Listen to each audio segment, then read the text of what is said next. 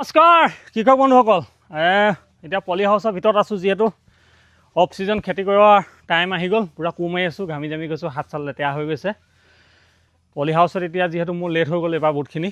মানে অকণমান মেৰামতি কৰিবলগীয়া হ'লে খুঁটাবিলাক বেয়া হৈ গৈছিলে কেমেৰা পাৰ্চন দেখুৱাই দিয়ে খুঁটা নতুন লগালোঁ যিহেতু বাঁহৰ খুঁটা আছিলে মোৰ ভাগৰ সৰহখিনি এইটো নতুন লগালে এইপিনে নতুন খুঁটা লগালোঁ দেখিবলৈ পাইছে আৰু আমাৰ কেমেৰা পাৰ্চন যে লৈ আহে আৰু এই বছৰ চিট নেট মৰা নাছিলোঁ এই চিট নেট ধুনীয়াকৈ মাৰি দেখিছেনে পুৰা ছাইডত চিট নেট মাৰি দিলোঁ আৰু ইয়াত তিনিটা ৰছী বান্ধি দিছোঁ ধুনীয়াকৈ মানে বতাহ মাৰিলে বস্তুটো এনেকৈ উফন্দি নহাকৈ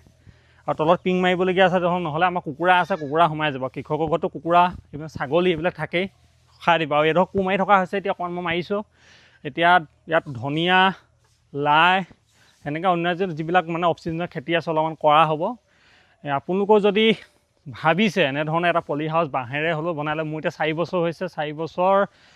মূৰত আপোনাৰ খুঁটা বদলি কৰিবলগীয়া আছে কিন্তু এই বাঁহবিলাক মই বদলি নাই কৰা আপোনালোকে দেখিবলৈ পাইছেনে এইবিলাক এতিয়া ধুনীয়া হৈ আছে মানুহ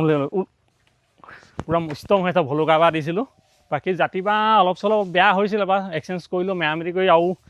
3-4 বছৰ চলিব পৰা কৰি দিলোঁ তেতিয়া 8 বছৰমান গুচি যাব কিন্তু মেইন কথাটো হ'ল কি যিটো ইয়াৰ কাপোৰটো কেমেৰা পাৰ্চন ওপৰলৈ ডাঙা আজি মোৰ কেমেৰামেন আছে আজি দেওবাৰ যিহেতু তাৰ দোকান বন্ধ ঘৰত আছে এইপিনে মাক দেখুৱাতে মায়ে বাহনি মাৰি আছে পূৰা চফা কৰি আছোঁ তাৰমানে এতিয়া ইয়াত আমাৰ ডবল বলত গৈ এহাল আছে এহাল ইয়াতে বান্ধিছোঁ তাৰমানে কাইলৈৰ পৰা উলিয়াই দিয়া হ'ব ওপৰ কাপোৰটো যে দেখিছে আপোনালোকে এই কাপোৰটোৰ বহুতে সুধি থাকে ফোন কৰি যে পলি হাউচ পেপাৰ কেনেকুৱা কি কথা কিমান দিন যায় সকলোখিনি মই জনাই দিছোঁ পলি হাউচ পেপাৰটো এতিয়া মোক কণ্টিনিউলি চাই আপোনাৰ 4 বছৰ হ'ল এই পেপাৰটো ঘৰটো বনোৱা 4 বছৰ হৈছে যে ইয়াৰ পেপাৰটো 4 বছৰ হৈছে ই আছিলে 200 মাইক্ৰন আপোনাৰ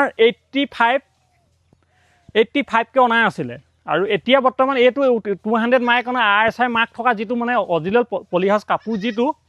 এতিয়া ইয়াৰ স্কোৱাৰ মিটাৰ কিজানি আপোনাৰ 110 মান হৈ গ'ল 110 টকামান হৈ গৈছে বহুত দাম বাঢ়ি গ'ল 4 বছৰত কম আছিলে কিন্তু এটা কথা মানিব লাগিব ইমান বতাহে কোবাইছে বা কিবা ফেডলি হৈ গৈছে কিন্তু ফাটি যোৱা নাই যেতিয়া মই আনিছিলোঁ তেতিয়া কৈছে যে আপুনি এনে 15 বছৰ ৱাৰেণ্টি থাকে 10 বছৰ আপুনি চিন্তা কৰিব নালাগে বুলি কৈছে ফাটি নাযায় হয়ো এতিয়া 4 বছৰ দিনে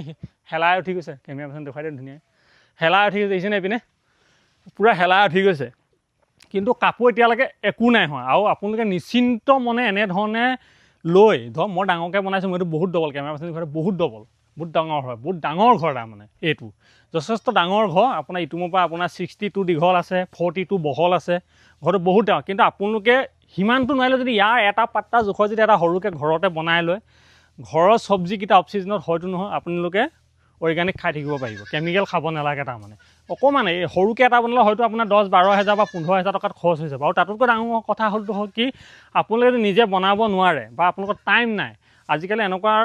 মানুহ ওলাইছে আপোনালোকে জোখ মাখ কৰি কিমান টকা বাজেট কৰি সম্পূৰ্ণ ঘৰটো আপোনালোকৰ ঘৰতে বনাই দিব এনেকৈ সৰুকৈ বনায় ডাঙৰকৈ বনায় যিমান ডাঙৰ বনায় মই ফোন নম্বৰটো দি দিছোঁ বা পলি হাউচ যদি পেপাৰ লাগে এনেধৰণৰ যদি চিট নেট লাগে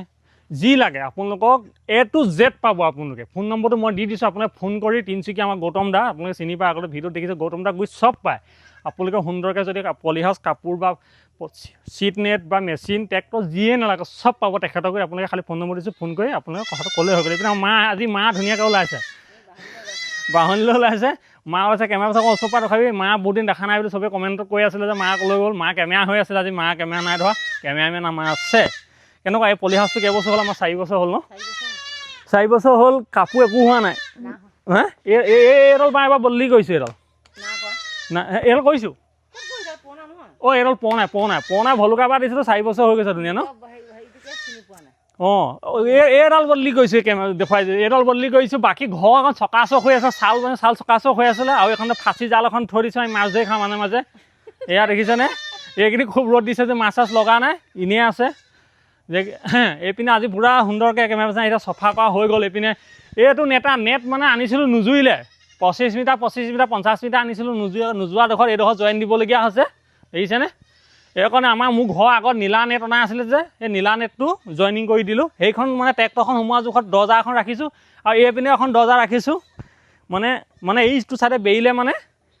এইপিনে হেৰি কৰিব পৰাকৈ যেতিয়া আমি পুলি চুলি ধৰক পেকেটিং কৰিম বা কিবা কিবি পানী চানী যদি আনিবলগীয়া হয় তেতিয়া এইপিনে এখন দৰ্জা ৰাখিছোঁ এখন খুলি দিব পৰাকৈ থৈছোঁ বাকী এইবিলাক মোৰ আগত দীপৰ পাইপ আছিলে পানী পাইপ আছিলে ইয়াত বান্ধি দিলোঁ ধুনীয়াকৈ নেটটো এইপিনে বতাহত নহাকৈ ৰখি থাকিব পৰাকৈ ইয়াত ধুনীয়াকৈ এইটো আমাৰ ভয়ংকৰ গৰুহালা হাল বোৱা নাঙলটো থৈছোঁ ইয়াত আমাৰ দেউতাই বাই বলত হালে ইয়াতে থৈ দিছে দেউতা আঁতৰাব বাৰু বাকী সেনেধৰণে এই চিট নেটটো মই ইয়াত মাৰিব পাৰিলোঁহেঁতি কেমেৰা পাৰ্চন মই গুৰুত্বপূৰ্ণ কথা কেইটামান বিষয়ে জনাই দিওঁ সুধি থকাতকৈ এই যে দেখিছে এই চিট নেটটো বহুতে মাৰে ইয়াৰ কাণত একচুৱেলি এইটো মাৰিব নালাগে এইপিনে আৰু কণ চলা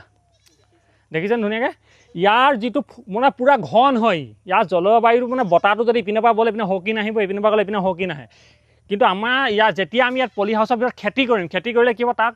বতাহটো আমাৰ চলাচল কৰি থকাটো লাগে কিন্তু এনেকুৱা এটা চিট নেট লাগে যিটো আপোনাৰ অসুবিধা নহয় ইপিনে যদি দেখুৱাই দিয়ে একদম